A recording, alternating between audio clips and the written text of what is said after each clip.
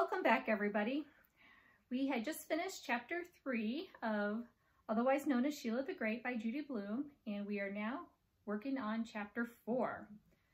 In chapter 3, Sheila had to spend the first night by herself in her own room, and she did not like it too much. She was a little scared. We found out that she is a little scared of spiders. She does not like spiders. And then we also found out that their dog Jennifer is now singing or baying at the moon, and she did not appreciate that either. So let's see what happens in chapter 4. Maybe things will start looking up for her pretty soon. Chapter 4. The next day I meet Mouse Ellis. She is also 10 and going into 5th grade. I was sitting on the front steps wondering what to do until it was time to go register for day camp. Then I saw this girl walking up the road. I watched until she got to the front of my house. She looked at me and waved. I waved back. She came up to our driveway and over to where I was sitting. She held up a purple yo-yo. "I'm Mouse Ellis, junior champion of Terrytown," she said. "I can do 11 different tricks without stopping. How many can you do?" "I never stopped to count," I told her. She opened her eyes very wide and offered me her yo-yo. "Go ahead and show me," she said. "I don't feel like it." "I'll bet you can't do shotgun 6 times in a row." "I bet I can," I told her. "Okay, well, let's see you do it then." "After you," I said. "Okay." Mouse wound up her yo-yo, held it close to her hip, and next thing I knew, out it flew right at me 6 times in a row. "Well, very good," I said. She handed me her yo-yo. I examined it all over. "It's a Duncan Imperial," she told me, "the very best yo-yo made." "Well, it's not bad," I said. "Well, I'm ready anytime you are," Mouse said. I stood up, held a yo-yo to my hip, threw it out, and whacked myself in the head on my very first try. "Hey, are you okay?" Mouse asked. "Oh, sure," I told her, "but I guess I'll have to tell you the truth now. I didn't want to hurt your feelings before, but where I come from, yo-yos are for babies. I haven't done shotgun for about 8 years now. That's why I missed." Mouse looked at me for a while, and I gave her one of my best stares right back. Then she sat down next to me and said, "You'll never know how glad I am that you moved in for the summer. I'm so sick of those Egran boys." I couldn't help smiling.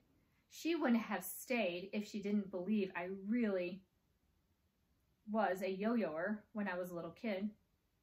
"I'm sleeping in one of the Egran's boys' bedrooms," I said, "and guess what I found in the desk?" "What?" Mouse asked. 6 tubes of tester glue and 27 jars of model paint." Mouse laughed. "You must have Bobby's room. He's a model maniac." "He left a note for me," I said. "He signed it B.E. "Oh, that's Bobby. He wrote that if I touched any of his models, he'll get me someday." "Ha ha," Mouse asked. "He's all talk." Well, that's what I figured. Anyway, who'd want to fool around with his dumb old models? "Not me," Mouse said. "I've got better things to do." "Me too. Say, is your real name Mouse?" "No, it's Merle, but everybody calls me Mouse." "You better watch out," I said. "My father's name is really Bertram, and everybody still calls him Buzz." "Well, I don't care if people call me Mouse forever. I like it a whole lot better than Merle. And if you ask me, Buzz is a much better name than Bertram. Bertram sounds awful. Nothing against your father, of course." "I don't mean that I don't like your nickname," I said, "as long as you like to be called Mouse. Personally, I think it's a very nice name. It's much better than Sheila." "Well, if you don't like Sheila, you should call yourself something else," Mouse said. "Like what?" I asked. "Ooh, maybe Sugar or Sunny or something like that." "Well, I don't like Sugar," I said. "But Sunny sounds pretty good. Sunny Tubman. Yeah, I kind like that. Okay, then that's what I'll call you from now on, Mouse said. I told Mouse about Libby then, and how she says mother and father, and pretends to be very grown up. And Mouse told me about her little sister Betsy, who still wets the bed every night. We found out we are both going to the same day camp and the same pool. In a little while, Mouse stood up and started to yo-yo again, and I could see why she is junior champion of Tarrytown. While she was showing me her tricks, I noticed that her legs were a mess of scabs. I hope they weren't catching. She must have seen me look, because she said, "There are leftover mosquito bites. I scratch them until they bleed, and then I get scabs. Aren't they ugly?" I didn't tell her the truth. I said, "They're not so bad." When Mouse was done with her yo-yo trick, she said, let's take Jennifer for a walk." "Jennifer the dog, you mean?" "Yes, the Egrins always let me walk her. I love dogs." I never make friends with dog lovers. "Do you have one at your house?" I asked, thinking I might as well find out the truth right away. There's no point in getting to like her if it was all for nothing.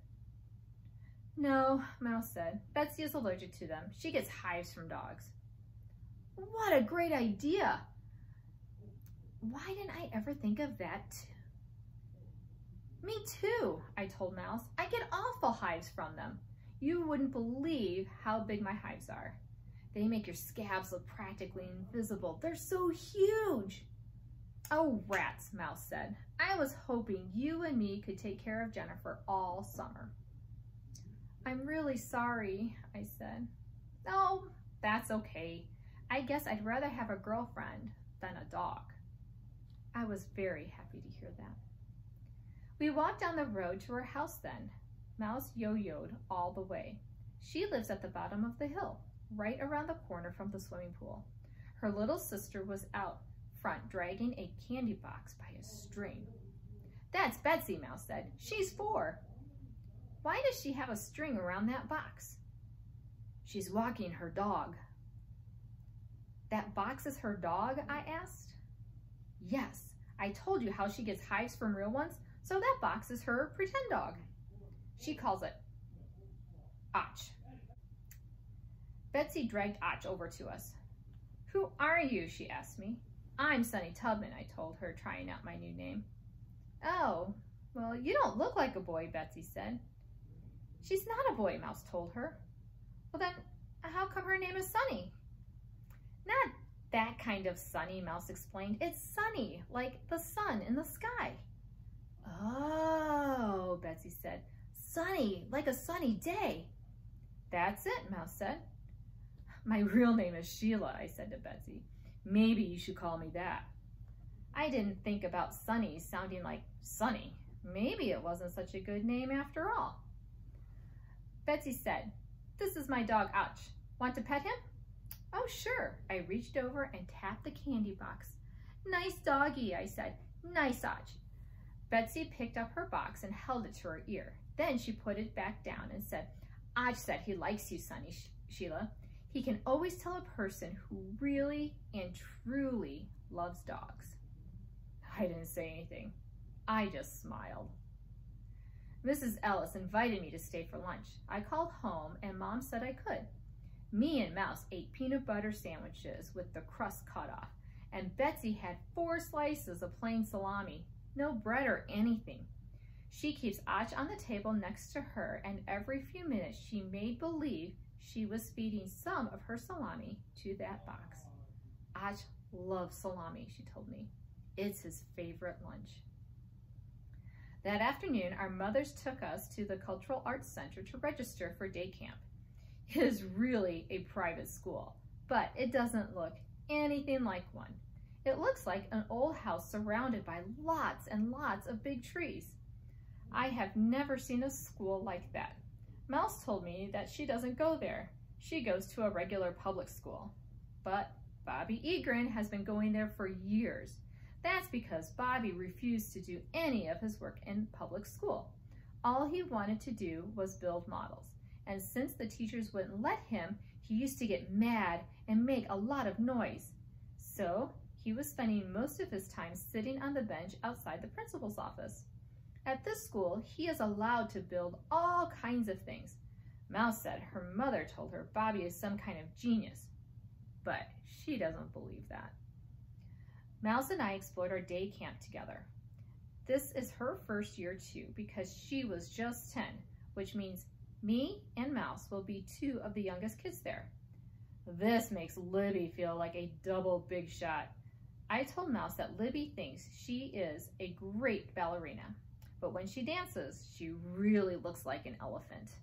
Well, not exactly an elephant, but only because she's too skinny to be one. There are a lot of interesting activities at this day camp, but the one that looks the best to me is pottery. You get to use a lot of mushy clay, and you try to shape it into some kind of bowl on a pottery wheel. Me and Mouse signed up for that first thing. The pottery counselor's name is Denise. She was barefoot. I like to go barefoot too, but I'm afraid I might step on a bee and get stung. That happened to Peter Hatcher's little brother once. I think getting stung on the bottom of your foot would be worse than getting stung someplace ordinary, like your arm. I wonder if Denise has ever stepped on a bee. When we got home, Mouse asked me to go swimming with her. She said, "What's your best stroke?" "Mine's the crawl." "I'm the same at every stroke," I said. "Well, then maybe you should join the swimming team. We have races every Sunday." She didn't understand what I meant. So I said, "No, I really don't like swimming teams. They take all the fun out of it." "Well, grab your suit and let's go over anyway. It is steaming out." "I can't go in today," I said. I wasn't about to tell her I can't swim. "Well, why can't you go in?" she asked. "I'm just getting over a cold." "Oh, rats, you don't sound sick. Ask your mother." "Well, I can't," I said. "I promised I wouldn't go in today." "Can't you even dunk your feet?" Mouse asked. Well, that didn't sound so bad. And it was hot out. "Okay," I said, "I guess dunking my feet can't hurt me. I'll go in and get my suit." But just then my mother came out and said, "Sheila, we have to go over to the pool now. I want to sign you up for some swimming lessons. It's time you learned how to swim."